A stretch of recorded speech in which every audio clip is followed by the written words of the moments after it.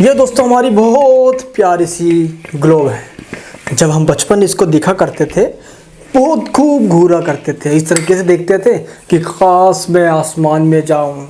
छतों पे जब सोते थे तो इस तरीके से देखते थे कि ये चांद तारे सूरज ये क्या है, मतलब इस तरीके से जब हम देखते हैं तो एक विचित्र सा लगता है, और जब ग्लोब देखते हैं डूब जाने का मन करता है। आज के इस वीडियो में हम बात करने वाले हैं भूगोल एक विषय के रूप में। क्यों? जैसे और भी सब्जेक्ट्स होते हैं, क्या ज्योग्राफी एक सब्जेक्ट नहीं है? बिल्कुल सब्जेक्ट है, लेकिन इसके भी विकास में इसको बहुत टाइम लगा। जब हम कभी भी बात करते हैं दोस्त सूरज चांद तारों की, खगोलीय पिंडों की, अर्थ की सभी जरूर जितने भी हम देखते धरातल पे जो भी चीज़ है इन सभी की जब बात करते हैं तो कहीं ना हम बात ज्योग्राफी कर रहे होते हैं। लेकिन इससे पहले हमें पता नहीं था, जब हमें ये पता चला कि इस चीज़ों को भी हमें पढ़ना चाहिए एज अ सब्जेक्ट, जब से एक सब्जेक्ट के रूप में हमने पढ़ना स्टार्ट किया, इसलिए इसको नाम दिया गया ज्योग्राफी एज अ डिसिप्लिन। हमें इसको एक मेन सब्जेक्ट के रूप में पढ़ना चाहिए जो हमें ये बताता है कि धरती पे कहाँ पर क्या है और क्यों है। चलिए आज के इस क्लास को हम स्टार्ट करते हैं। स्पेशली मैं आपको बताना चाहता हूँ कि आज की ये जो वीडियो होने वाली है वो उन तमाम स्टूडेंट्स के लिए होने वाली है जो CBSE के अंदर क्लास 11th में है। इनका चैप्टर फर्स्ट है ज्योग्राफी का। एक ऐसा ही बोर्ड है CBSE की तरह जो कि ओपन बोर्ड है, जो क्लास 12th के अंदर है, इनका चैप्टर फर्स्ट है। तो दोस्त आज के जो भी हम चैप्टर करने वाले हैं चैप्टर नंबर फर्स्ट है क्लास 11th CBSE बोर्ड और क्लास 12th NVS बोर्ड। चलिए दोस्तों मैं टॉपिक को इस तरीके से समझाऊंगा जैसे कि मैं आपको ये मानकर चल रहा हूँ कि आपको ज्योग्राफी बिल्कुल भी नहीं आती। मैं आपको जीरो से हीरो बनाना चाहता हूँ, पहले चीज़ तो ये। और जैसे एक बच्चे को सिखाया जाता है मैं ठीक उस तरीके से सिखाऊंगा ताकि सीधे आपके खोपड़े में घुसे और एक एक चीज़ आपको समझ में आए। चलिए हम फिर से एक बार डोरेमोन के गैजेट पे बैठ जाते हैं टाइम मशीन के अंदर और उस टाइम पे चलते हैं जब हम बचपन में बहुत चुन्ने मुन्ने छोटे से हुआ करते थे। तो रेडी हो? बैठते हैं फटाफट। चलिए हम दोस्त इस टाइम पीरियड में आ गए जब हम छोटे हुआ करते थे। मैप में इस तरीके से देखते थे जो हमें बहुत ज़्यादा अट्रैक्टिव लगती है। जब हम विश्व के या मान लो कभी मैप ही क्यों ना देख रहे हो या हम दोस्त कभी भी चीज़ हम देख रहे होते हैं या कभी भी टीचर्स ही हमारे क्यों ना पढ़ा रहे होते थे कि चांद सूरज तारे मून सन प्लैनेट, जब हम गैलेक्सी जब हम चीज़ों के बारे में पढ़ रहे होते हैं कहीं ना कहीं ये सब चीज़ें हमें अट्रैक्टिव करती है। लोग इन सब चीज़ों को बहुत ध्यान लगा के सुनते हैं। ऐसा क्यों? ज्योग्राफी ऐसा क्या है इसके अंदर जो इस ब्रह्मांड के अंदर ऐसे तमाम चीज़ों के बारे में हमें पता भी चला, लेकिन कुछ ऐसे रहस्य भी हैं जो आज तक हमारे वैज्ञानिक साइंटिस्ट वगैरह इसमें पता लगाते रहते हैं। इसके बावजूद भी दोस्त आज धरती के ऊपर हम देखें तो किस तरीके से आज जितनी भी हरियाली है ये धरती के ऊपर यार, ये लोगों को अपने आप में अट्रैक्टिव करती है। जब भी हम कहीं पर भी जाते हैं तो बहुत अच्छा सा लगता है देखने में। इस तरीके से जब लोग देखते हैं तो देखते ही रह जाते हैं। क्या बात है? बोलते नहीं प्राकृतिक सौंदर्य है, सुंदरता, प्राकृतिक की सुंदरता, ब्यूटी ऑफ नेचर, क्या बात है, बड़ा अच्छा लगता है इसको देखने में। दोस्त हम सबसे पहले उस समय पे आते हैं जब इंसान हंटिंग यानी कि फूड गैदरर्स थे। इसका मतलब क्या होता है? जब इंसान शिकार करके खाना खाया करते थे, नंगे रहा करते थे, जो भी पशु मिल जाए एनिमल्स मिल जाए उनको शिकार करते थे और इस तरीके से मार के काट के खा लिया करते थे। हैं मछली पकड़ना ये सब तरीके से शिकार करते थे वो। लेकिन जैसे समय बीतता चला गया इंसान क्या करने लग गए, आगे चल के दोस्त उन्होंने एग्रीकल्चर करना सीख लिया, खेती करना सीख लिया। अब एग्रीकल्चर करना उन्होंने सीख लिया और जितने भी पशु होते थे यानी जो एनिमल्स होते थे इनको इन्होंने पालना स्टार्ट कर दिया, हस्बेंड्री करना यानी कि पालना स्टार्ट कर दिया ताकि एग्रीकल्चर में ये बहुत ज़्यादा काम आए। बेसिकली ये जो आपका चैप्टर है ये आपको बहुत कुछ नहीं सिखाने वाला, लेकिन ऐसा कुछ सिखाने वाला है जो कि आपको जो बेसिक कंसेप्ट है ज्योग्राफी का वो आपका क्लियर कर देगा।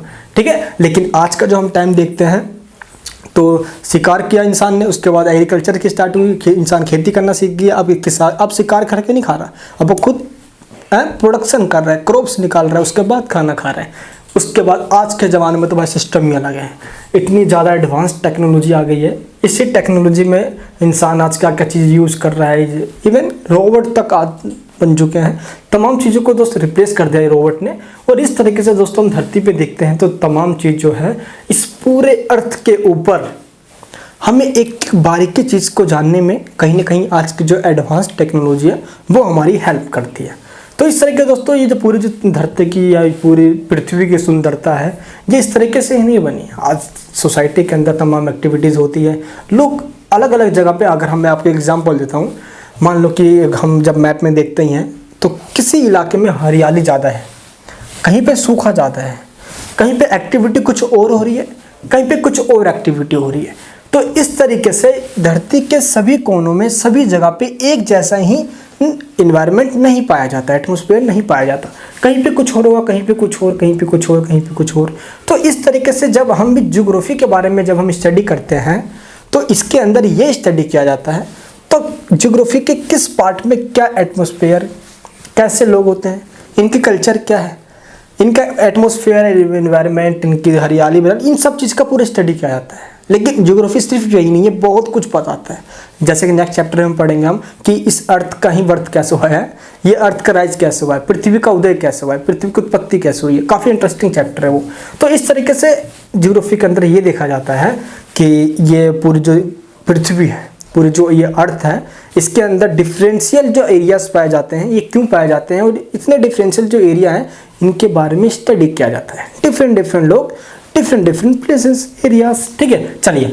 तो जब भी हम बात करते हैं ज्योग्राफी की तो हमारे पास एक मैप होता है। अब मैप एक ग्लोब के रूप में हम ज़्यादातर देखते हैं, लेकिन इसको हम कहीं पे भी हाथ में उठा के नहीं लेके जा सकते। जैसे कि ये आपको मैंने अभी दिखाया था वीडियो की स्टार्टिंग में। हम इसको कहीं पे लेके जाना है तो मैं तो इसको लेके जाऊंगा नहीं। ये छोटे रूप में भी आता है, बड़े में भी आता है ना। बहुत अच्छा लगता है देखने में, इसमें तमाम देशों को भी देख सकते हैं। लेकिन जब हमें कहीं लेकर जाना होता है तो हम इसको लेकर नहीं जाते, हम इन मैपों को लेकर जाते हैं। लेकिन अगर हम पूरे पृथ्वी के साइज़ों को देखना है तो हमें यह मैप थोड़ा अच्छे से रिप्रेजेंट कर पाते हैं पूरे अर्थ को। इस तरीके से इसको डिज़ाइन किया जाता है। ठीक है, तो हम इस तरीके के मैप को लेकर जाते हैं जिसके अंदर पूरे वर्ल्ड को इस मैप के रूप में दिखाया जाता है। एंड अब ये मैप कैसे बना भाई, इसका भी एक अलग चैप्टर होगा, उसमें हम पढ़ेंगे इसके बारे में। फिर भी आपको मैं इसके बारे में थोड़ा सा इंट्रोडक्शन दे देता हूँ। GIS, जियोग्राफी इंफॉर्मेशन सिस्टम, यानी कि आज की टेक्नोलॉजी इस तरीके से एडवांस हो चुकी है जिसके अंदर तमाम ऐसे सॉफ्टवेयर आ चुके हैं जिन्होंने मैप्स को डिज़ाइन करना, इन सभी चीज़ों को इस तरीके से मतलब कि सिस्टमेटिक वे में डिज़ाइन करते हैं। उन्हीं में सबसे पहला जो नाम है GIS, जियोग्राफी इंफॉर्मेशन सिस्टम, भौगोलिक सूचना तंत्र, जो कि भूगोल के बारे में सूचना देता है, कहाँ पर क्या है, कहाँ पर क्या नहीं है। एंड इसी के बाद है GPS, नाम सुनोगा आपने GPS का, लोकेशन ट्रैक कर देता है, आप सभी का पता है ना GPS। तो ग्लोबल पोजीशनिंग सिस्टम, ये क्या करता है कि एक इंसान की पोजीशन बताए, चीज़ों की पोजीशन बताता है, इसको बोलते हैं GPS, वैश्विक स्थितीय तंत्र। ठीक है, नेक्स्ट है जो CC, इसका मतलब होता है क्या होता है, कंप्यूटर कार्टोग्राफी, यानी कि संगणक मानचित्र कला।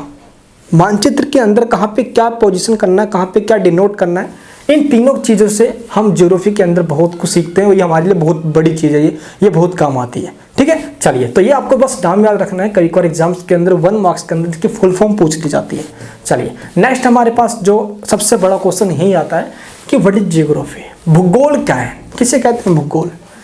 इट मीन्स क्या होता है भूगोल, पृथ्वी गोल है इसलिए भूगोल है, क्या इसलिए भूगोल है।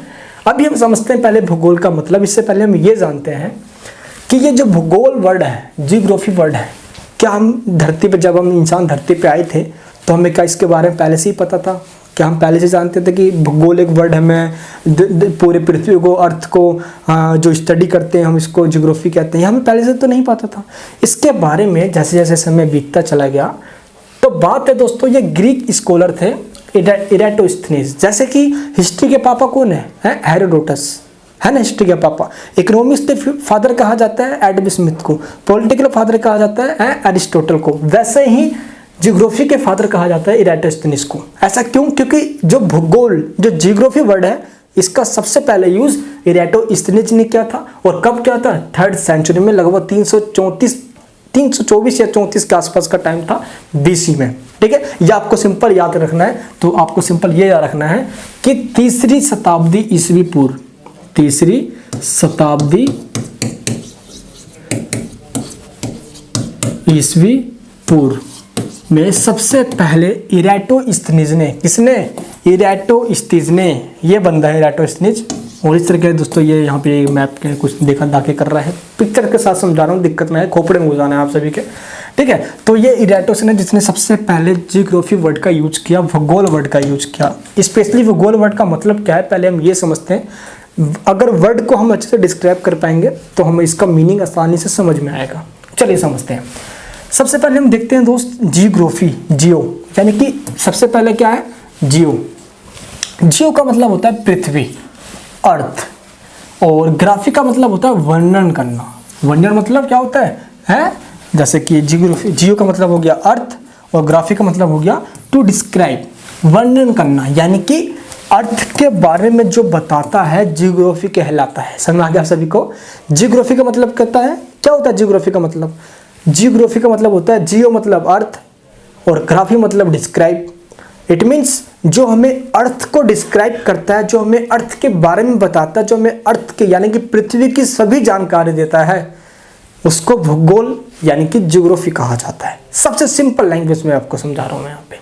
अगर ऐसे ही हम सिंपल यहाँ पे और समझे यहाँ पे इस तरीके से, तो भूगोल का शाब्दिक अर्थ यानी कि एक्चुअल मीनिंग जो है इसकी, जो पृथ्वी के धरातलीय, धरातल मतलब सरफेस पे, ये सरफेस पे जो भी हमें दिखता है पूरी पृथ्वी के, अर्थ के पूरे सरफेस पे धरातलीय सतहों का वर्णन करना ही भूगोल कहलाता है। हिंदी मीडियम वाले बच्चों को थोड़ी सी दिक्कत बहुत आती है, इसलिए मैं यूट्यूब के ऊपर मैं कोशिश करूँगा कि मैं हिंदी में कंटेंट को ज़्यादा और इंग्लिश वाले बच्चों को भी साथ ही साथ लेकर चलूँ। तो हिंदी और इंग्लिश में दोनों ही मेरे यहाँ पे पीपीटी और आपको एनिमेशन मिलेंगे। ठीक है, चलिए, तो इस तरीके से आपको समझ में आ गया, पहले डेफिनेशन आपको समझ आ गई है। तो भूगोल का अर्थ क्या है? जो पृथ्वी के धरातलीय, पृथ्वी के किसके बारे में है? Meaning of the geography is to describe about the earth surface, है अर्थ के पूरे सरफेस के बारे में बताता हूँ। अब अर्थ का सरफेस मतलब ये पूरा आपको अर्थ दिख रहा है, इस पूरे अर्थ के बारे में एक एक जानकारी जो देता है वो जियोग्राफी कहलाता है। जैसे फिजिक्स अपनी जानकारी देता है, बायो पूरी हमारे बॉडी स्ट्रक्चर की जानकारी देता है, केमिस्ट्री केमिकल की देता है, पॉलिटिकल साइंस पॉलिटी की देता है, हिस्ट्री हिस्ट्री की देता है, ज्योग्राफी जियो अर्थ की देता है। समझ में आ गया? तो सभी सब्जेक्ट का अपना एक पर्सपेक्टिव, अपना एक एम होता है, जो कि वो अपने एम को फुलफिल करने में पूरी कंट्रीब्यूशन देते हैं। सेम इस तरीके से जियोग्राफी भी है। तो इसके जियोग्राफी का आता है सब्जेक्ट स्टडी का आता है। फर्स्ट चैप्टर में कुछ ज़्यादा चीज़ नहीं है, लेकिन फिर भी मैं आप सभी को वो हर चीज़ समझाते चल रहा हूँ। ठीक है, तो ये हमारी अर्थ है, इस अर्थ को स्टडी किया जाता है। कितना हमारा कितना खूबसूरत है यार। ये तो बिल्कुल सेम मुझे ऐसा लग रहा है, मैं मोटू पतलू जगह देखा ना आप सभी ने, क्या है, यहाँ से मोटू भागता है पतलू पकड़ता है, इस तरीके से पूरा जगह इतनी खूबसूरती के साथ हमारी पृथ्वी को बनाया गया है। देखो जैसे तो हमारे प्लेनेट चाहे बुध हो या मंगल हो या शुक्र हो, दोस्तों अर्थ की बात आई, जितने प्लेनेट हैं अब उनमें से एक ही अर्थ ही तो यार जहाँ पे हम जी सकते हैं। हाँ, ऑक्सीजन है, जहाँ पे पानी है, हवा है, सब चीज़ है यार। चलिए एक बार समझते हैं हमें पृथ्वी बताता क्या है। हमें दोस्त ज्योग्राफी उच्चावच के बारे में बताता है, रिलीफ के बारे में बताता है। उच्चावच का मतलब क्या होता है? रिलीफ, उच्चावच ऊंचाई, दोस्त पर्वत पहाड़ियों के बारे में जानकारी देना। ऊंचाई, उच्चा मतलब ऊंचाई, ठीक है, उच्चावच के बारे में बताता है। बोलते नहीं ऊंचाई नीचाई, वैसे उच्चावच ऊंचाई के बारे में बताता है। पर्वत पहाड़ियों के बारे में बताता है। जलवायु क्लाइमेट चेंज के बारे में बताता है। जल प्रवाह कहाँ से किस तरीके से सीशोर यानी कि समुद्र हो गए, रिवर्स हो गए, इन सब के बारे में बताता है।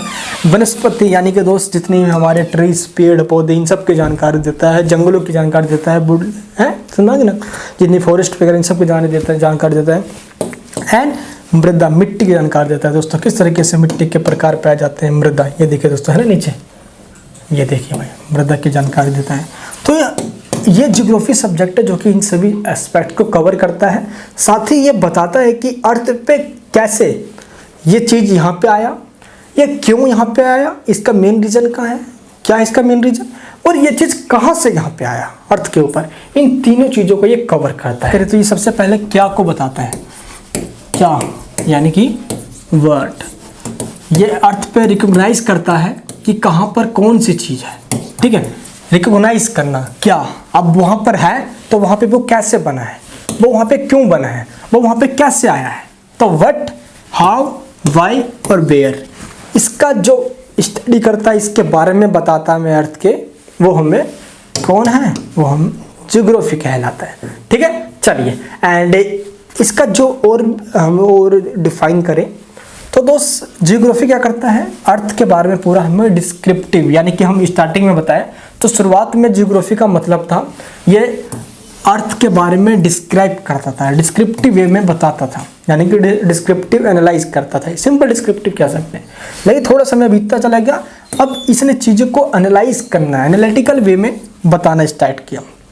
डिस्क्राइब में सिंपल बताना होता है, एनालाइज में डीपली उसके मेन रीज़न वगैरह सब कुछ बताना होता है, एडवांटेज डिसएडवांटेज सब कुछ बताना होता है, इसको बोलते हैं एनालिटिकल।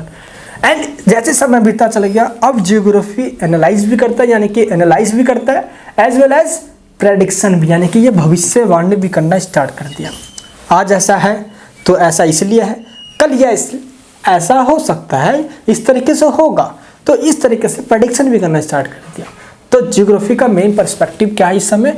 डिस्क्रिप्टिव, यानी कि क्या करना था, पहले डिस्क्राइब करना था, समय बीतता चला गया, एनालिटिकल बताता है, अब ये एनालाइज के साथ प्रेडिक्शन करता है। तो सिंपल आज जो ज्योग्राफी की डेफिनेशन दी जाती है, ज्योग्राफी एनालाइज करता है एज वेल एज प्रेडिक्शन भी करता है ये, ठीक है। चलिए, अब जब भी आप एग्जाम्स में ज्योग्राफी जब लिखोगे तो हमेशा आप सभी को डेफिनेशन जो बुक्स के अकॉर्डिंग, अपने अकॉर्डिंग जो भी आपको समझ आए वो तो लिखना ही है। साथ ही जो भी ज्योग्राफिकल रूप से जो थिंकर्स वगैरह होते हैं, इनके बारे में बताने वाले ज्योग्राफिस्ट जो होते हैं, है ना, उनके बारे में भी आपको जो इनके व्यूज़ है वो भी लिखना होता है, ताकि एग्जाम में मार्क्स आपको अच्छे मिले। अगर आपने इनके बारे में नहीं लिखा, इनके व्यूज़ नहीं लिखा, तो वहाँ पे टीचर में इंप्रेशन थोड़ा कम पड़ता है। तो कोशिश करें, जैसे कि जो आपको मैं बताऊँगा सिंपल उनका नाम आपको याद कर रखना है, ठीक है, और बड़ी बात नहीं है। जैसे कि यहाँ पे एक बहुत फेमस है ये, रिचर्ड हॉडसन इनका नाम है। क्या नाम है? रिचर्ड हॉडसन दोस्तों इनका नाम। इन्होंने क्या कहा कि भूगोल पृथ्वी पर क्षेत्रीय विभिन्नता का विवरण तथा व्यवस्था से संबंधित है। मैंने आपको बताया कि अर्थ पे डिफरेंशियल एरियाज पाए जाते हैं। अब उन एरियाज का स्टडी करना कि कहाँ पर क्या है, कहाँ पे क्या नहीं है। अब अभी मैंने बताया कि लोग कहीं पे क्या रहे, कुछ अलग तरीके के लोग रहते हैं, वहाँ पे अलग तरीके के एटमॉस्फेयर है, वहाँ का एनवायरनमेंट अलग है, वहाँ पे उच्चावच अलग है, वहाँ पे जलवायु अलग है ना, क्लाइमेट वहाँ का अलग है, वहाँ पे रिलीफ अलग है, सब कुछ वहाँ पे अलग है। इस तरीके से वहाँ पे फॉरेस्ट अलग है, वनस्पति वगैरह ये सब। तो इस तरीके से क्या होता है, रिचर्ड जी कह रहे हैं, जैसा कि इनमें ज्योग्राफी की बिल्कुल डेफिनेशन भी है कि ज्योग्राफी यानी कि भूगोल पृथ्वी के विभिन्न स्थानों पे जो विभिन्नताएं पाई जाती है उसका अध्ययन करता है। सिंपल, ठीक है। तो ये इन्होंने क्या कहा, geography deals with the descriptions, क्या करता है ये, descriptions and interpretations of the regional differences on the earth. जितने भी जगह पर रीजनल डिफरेंसेस पाए जाते हैं, जो डिफरेंसेस हैं उनका स्टडी करता है। जो भी अर्थ के ऊपर डिफरेंसेस पाए जाते हैं, डिफरेंसेस एरिया, उनका स्टडी करता है, कहाँ पर क्या है, कहाँ पे क्या नहीं है, पूरे अर्थ के बारे में बताता है। Simple, that is known as geography, ठीक है। पर पहले हम सिर्फ जंगल, वनस्पति, इन सब का स्टडी करते थे जियोग्राफी के अंदर, फॉरेस्ट, वनस्पति, बस इन सब का, है ना। लेकिन समय बीतता चला गया, अब प्रकृति के साथ यानी कि नेचर के साथ, ठीक है। यानी कि दोस्तों अगर मैं आपको सिंपल बताऊं तो जियोग्राफी अब जाके क्या करता है, जियो अब करता है नेचर, यानी कि प्रकृति का, किसका, प्रकृति का प्लस ह्यूमंस का, किसका है, मानव का। डिफरेंशियल एरियाज का स्टडी करता है। साथ ही जियोग्राफी नेचर का, ये जो दोस्तों नेचर की पूरी सुंदरता है, पूरा नेचर, पूरी हमारी जितनी सुंदरता है, प्राकृतिक सुंदरता, इसकी भी स्टडी करता है, कहाँ पे क्या पाया जाता है, डिफरेंशियल एरियाज के बारे में बताता है। साथ ही दोस्तों ये ह्यूमन बींग्स के बारे में बताता है, यानी कि जितने भी मानव सोसाइटी यानी कि मानव इंसान है, ये उनकी भी स्टडी करता है, ठीक है। तो इस तरीके से दोस्त ये हमारा सिंपल एक सब्जेक्ट के रूप में मेरे को आपको बस इस टॉपिक को अच्छे से मेरे को इतना सा आपको सिर्फ बताना ही था कि ज्योग्राफी एज है क्या ये सब्जेक्ट के रूप में। एंड अब इसके बाद जो पृथ्वी और इंसान दोनों को साथ में स्टडी करना ही ज्योग्राफी का एक मेन पर्सपेक्टिव आज बन चुका है, ठीक है। आज दोस्तों हम अपने तमाम तरह के सैटेलाइट्स आज हमने वहाँ पर डालते हैं, है ना। तो आज तमाम तरीके के देश आज कहीं ना कहीं स्पेस में भेज कर अपने सैटेलाइट्स को स्पेस की यानी कि इस अर्थ के बारे में, इस ब्रह्मांड की तमाम जानकारियों को लेने में लगा पड़ा है। दोस्तों नासा भी हमेशा खोज करने पे लगा रहता है ना। तो इस तरह के दोस्त आज एडवांस टेक्नोलॉजी है जिसने हमें अर्थ के और जानकारियों को बताने में हमारी हेल्प करी है, और हमेशा रिसर्च चलता रहता है, क्योंकि आज भी ऐसी बहुत चीज़ है जो हमें पता नहीं है इस ब्रह्मांड के बारे में, जो कि तमाम साइंटिस्ट लोग लगे रहते हैं। तो यहाँ तक सिंपल बेसिक बात थी इस चैप्टर की। अगले पार्ट में क्योंकि टू बी कंटिन्यूड है, मतलब इसके बाद दोस्त नेक्स्ट पार्ट इस चैप्टर का और आने वाला है, और उस नेक्स्ट पार्ट में इस चैप्टर को हम ख़त्म करेंगे। अभी ये चैप्टर ख़त्म नहीं हुआ है, अभी तो बस इसका एक छोटा सा इंट्रोडक्शन पार्ट ख़त्म हुआ है, व्हाट इज जियोग्राफी। अगर आपको ये समझ में आ चुका है तो नीचे मुझे कमेंट बॉक्स में बताना, कैसे लगी ये वीडियो वो भी ज़रूर बताना, ताकि मेरा मोटिवेशन बढ़े। और नेक्स्ट वीडियो के अंदर नेक्स्ट एनिमेशन के साथ फिर से लौटूंगा, नेक्स्ट पार्ट के साथ, फिर ये चैप्टर फिनिश करेंगे। और इसके बाद ऐसे ही सभी चैप्टर्स में आपको एनिमेशन में और बिल्कुल इस तरीके से समझाने वाला हूँ। बस आपको एक एक करके सभी वीडियोज़ को देखना है, कोने में बैठना है, लीड लगा लेना है, अच्छे से मेरी बातों को सुनते जाना है, ठीक है। चलिए दोस्तों, तो मिलेंगे नेक्स्ट वीडियो में। अगर सीबीएसई बोर्ड के अंदर तो चैनल को प्लीज़ सब्सक्राइब कर लेना, बेल आइकन ऑन कर लेना, ताकि ऐसे वीडियोस मैं आपको हमेशा देता रहूं। एंड अपने दोस्तों को शेयर करना, ताकि मेरा मोटिवेशन मिलता रहे मेरे को यार, है ना। चलिए दोस्तों, मिलूंगा नेक्स्ट वीडियो के अंदर, अपना प्यार यहीं बनाए रखना। नेक्स्ट वीडियो में जल्द लेकर आऊँगा, अगर इस वीडियो पर 100 लाइक्स कंप्लीट हो जाते हैं तो। जय हिंद, जय भारत।